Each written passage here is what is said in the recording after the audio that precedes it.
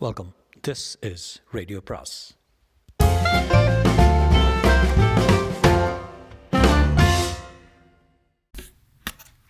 அனைவருக்கும் அன்பு வணக்கம். சுஜாதாவின் மற்றொரு நாடகம் என்று நாடகத்தின் பெயர் ஆகாயம். இது ஒரு ரேடியோ நாடகம் என்று எழுதியிருக்கிறார்.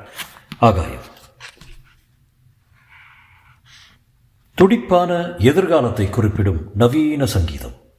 காலடி ஓசை, பெரிய கதவு திறக்கும் ஓசை, ஆனந்த் ஒரு பெரிய தொழிற்கூடத்தை அணுகுவதை குறிப்பிடும் ஒலிகள். அது ஒரு ராக்கெட் தயாரிக்கும் தளம். அவ்வப்போது எச்சரிக்கை ஒலிகள், வெல்டிங் ஒலிகள், ராக்கெட் என்ஜினை பரிசோதிக்கும் ஒலிகள். அவை மெல்ல மெல்ல குறைய ஆனந்த் தன் டைரக்டரின் அறை கதவை தட்டு முன் அங்கு காத்திருக்கும் காஞ்சனாவுடன் பேசுகிறான். காஞ்சனா: ஆனந்த் வணக்கம். ஆனந்த்: காஞ்சனா, நீ எங்கே? இங்க பெரியவர் என்னையும் தான் கூப்பிட்டுருக்காரு. இருக்கார், காத்திருக்காரு. ஏன் தாமதம்? வரப்போ வானவண்டி பழுதாகிவிட்டது, ஏர்லாக்கு.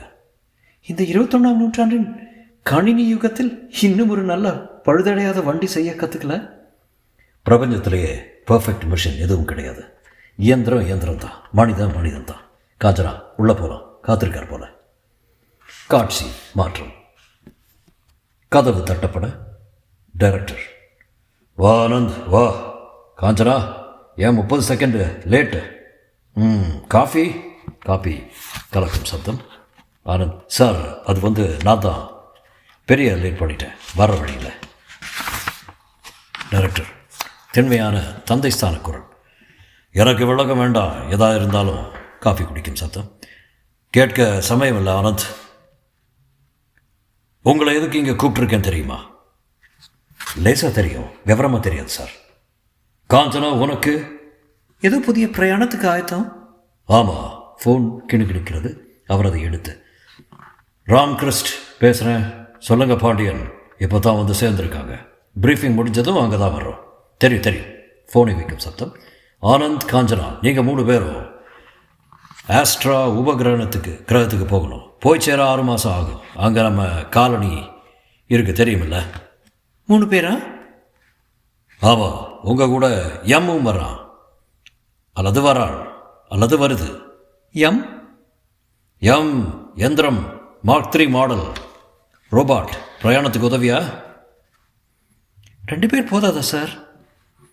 வெண்கலத்தை செலுத்துறதுக்கு ஒரு ஆள் கூட போதும். ஆனால் 6 மாதம் தனிமையை சமாளிக்க துணை வேண்டாம். நீங்கள் 2 பேரும் சண்டை போடாமல் பாதுகாக்க ஒரு புத்திசாலி இயந்திரத்தையும் கூட அனுப்புகிறோம். எல்லாம் திட்டப்படி தான். அது என்ன செய்யும்? எல்லாம் வெண்கலத்தை செலுத்த அதுதான் உதவ போகிறது. பூமியிலிருந்து அனுப்புகிற செய்திகளை பிரித்து சொல்ல போகிறதும் அதுதான். பொழுதுபோக்குக்கு சதுரங்க ஆடும், தத்துவம், புதுக்கவிதை, புதுமைப்பித்தன், பிளேட்டோ, எது வேணும்னாலும் பேசு. வா, சந்திக்கலாம். காஞ்சனா ஆர்வத்துடன்: ஐயோ, எனக்கு ரொம்ப உற்சாகமாக இருக்குது சார்.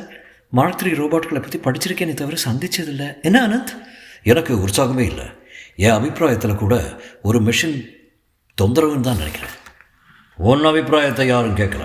அப்படி ஒன்றும் பெரிய மிஷின் இல்லை.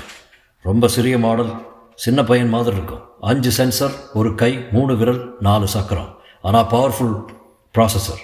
உள்ளுக்குள்ளே புதுசாக தானாக கற்றுக்கிற ஒரு அல்காரிதம் கொடுத்துருக்கோம். உலகிலேயே சக்தி வாய்ந்த மைக்ரோ கம்ப்யூட்டர்ஸ் சில்லு X20 வச்சுருக்கோம். Molecular memory. டாக்டர் பாண்டியன் எல்லாம் விளக்குவார். வாங்க, காத்திருப்பாங்க. அவர்கள் 3 நடக்கும் ஓசையின் எதிரொலி மறுபடி லேபில் பல்வேறு ஓசைகள். ரோபாட்டின் மோட்டரை பரிசோதிக்கும் சத்தம்.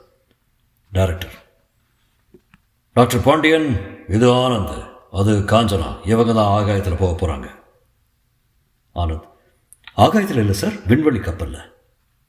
உங்கள் விண்வெளி கப்பலுடைய பேர் தான் ஆகாயம். பாண்டியன்: ஆனந்த், காஞ்சனா, எம் முதல் எழுத்துக்களை சுருக்கி ஆகாயம் இந்த பேர் வச்சுருக்கோம். இப்படித்தான் எல்லா கப்பலுக்கும் பேர் வைப்போம். ஆனந்த் சிரித்து: சாந்தா, ராஜ், யந்திரம் போனால் சாராயம்னு வைப்பீங்களா சார்? நாங்கள் போகிறது முன்னாலேயே தீர்மானிச்சாச்சா? ஆமாம், நீங்கள் அதிர்ஷ்டக்காரங்க. இந்த வாய்ப்புக்கு எத்தனை பேர் காத்திருக்காங்க தெரியுமா?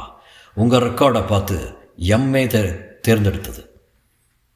பாண்டியன்: நீங்கள் எதுவுமே செய்ய வேண்டாம், எல்லாமே எம் பார்த்துக்கும். ஏதாவது கோளாறு வந்தால் கூட நீங்கள் தந்தால் தான் நீங்கள் தேவைப்படுவீங்க.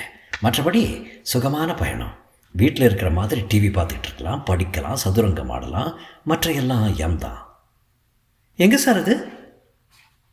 M come.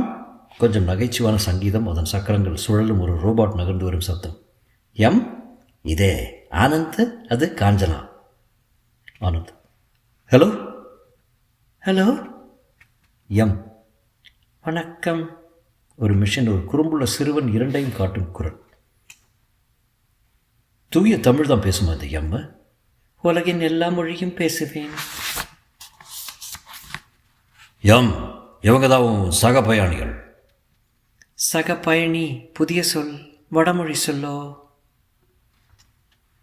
உன் கூட வரப்போகிறவங்க எந்த புது வார்த்தை சொன்னாலும் உடனே அர்த்தம் கேட்டு அகராதியில் சேர்த்துக்கும். புத்திசாலி. அப்படியா? எம், உனக்கு எது பிடிக்கும்? என்ன படிப்ப? நீ என்ன சாப்பிடுவ? எல்லாம் பிடிக்கும், எதையும் படிப்பேன். சாப்பிடுவதுன்னு சொன்னால் என்ன? 30 வோல்ட் ஆம்பியர் மின்சக்தி போதும். சோலார் பேனல்களிலிருந்து வருவது. சொன்னதை கேட்ப இல்லை? சொன்னதை செய்வேன். சமத்தா இருப்ப? சமத்து என்பது என்ன என்று நீ அர்த்தம் சொல்வதை பொறுத்தது. டாக்டர் பாண்டியன் என்ன மரியாதை இல்லாமல் எதிர்த்து பேசுது? நீ வான்னு இப்போவே பேசுத? இதெல்லாம் பெருசு இல்லை. அதுக்கு கோபம் கிடையாது, அவமான உணர்ச்சி கிடையாது. ஆதர்ச அடிமைங்கிறீங்க. ஆதர்ச நண்பன். டாக்டர் பாண்டியன், இந்த விண்கலத்தில் எங்கள் டியூட்டி என்ன, எம்முடைய டியூட்டி என்னங்கிறத திட்டவட்டமாக சொல்லிடுங்க. பின்னால் சண்டை வரக்கூடாது பாருங்க. சண்டை எப்படி வரும் ஆனந்த்? அதான் நம் நண்பன் இருக்கிறப்ப உனக்கு தெரியாது, பின்னால் தகராறு வரும். நீங்கள் எதுவுமே செய்ய வேண்டியதில்லை. மாமூலான பிரயாணத்தின் அத்தனை செயல்பாட்டையும் எம் பார்த்துக்கும். ஏதாவது சிக்கல் நெருக்கடி வந்தபோது தான் 3 பேரும் ஒத்துழைத்து பெரும்பான்மையான தீர்மானமாக முடிவெடுக்கணும். கப்பலின் பத்திரம் தான் முக்கியம், உங்கள் உயிர்களும் முக்கியம். நெருக்கடினா டாக்டர் ராக்கெட் என்ஜின் பற்றிக்கிச்சு அல்லது திடீர்னு பாதை விலகி திசை திருப்பணும், கவலைப்படாது, அதெல்லாம் நிகழவே நிகழாது. எல்லாம் டெஸ்ட் பண்ணுது. எப்போது நாங்கள் ரேடியோ தொடர்பில் இருக்கிறதால சந்தேகம் வந்தால் எங்களையும் கேட்டு வச்சுக்கலாம். 3 பேரில் 2 பேராவது ஒத்து போனால் தான் சில காரியங்களை செயல்படுத்த முடியும். எல்லாம் மேனுவல் இருக்குது. சரி, மிஷன் என்ன சொல்லுங்கள்? இதே ஒரு முக்கியமான பயணம். போன தடவை இதயம்னு ஒரு கப்பல் விட்டோம். அதாவது இந்திரா, தங்கவேலு, யந்திரம், இதயம் 3 பேரும் போனாங்க. அது காரணமே இல்லாமல் ஆஸ்ட்ராவை நெருங்குற சமயத்தில் மறைஞ்சு போயிடுச்சு. போய் சேரவும் இல்லை, செய்தி அனுப்பவும் இல்லை, தடம் மாறி எங்கேயோ போயிடுச்சு. அதாவது பிரயாணத்தின் இடையில் எந்த குறிப்பிட்ட விண்வெளி புள்ளியில் இந்த மாதிரி ஆகிறதுன்னு கண்டுபிடிக்கணும். மற்றபடி ஆஸ்ட்ராவுக்கு நம் மனித காலனிக்கு தங்கம், டைட்டேனியம், ருபீடியம் சரக்கு ஏற்றிக்கிட்டு போகிறீங்க. அது 2ஆம் பட்சம். எந்த இடத்துல என்ன தான் வினோதமாக நடக்குது, அந்த கப்பல் என்ன ஆச்சுன்னு தெரியணும். அதனால தான் உங்களுக்கு இந்த முக்கியமான கடமை. தேசத்தலைவர் கூட உங்களுக்கு செய்தி அனுப்பியிருக்கிறார். தொடரும்.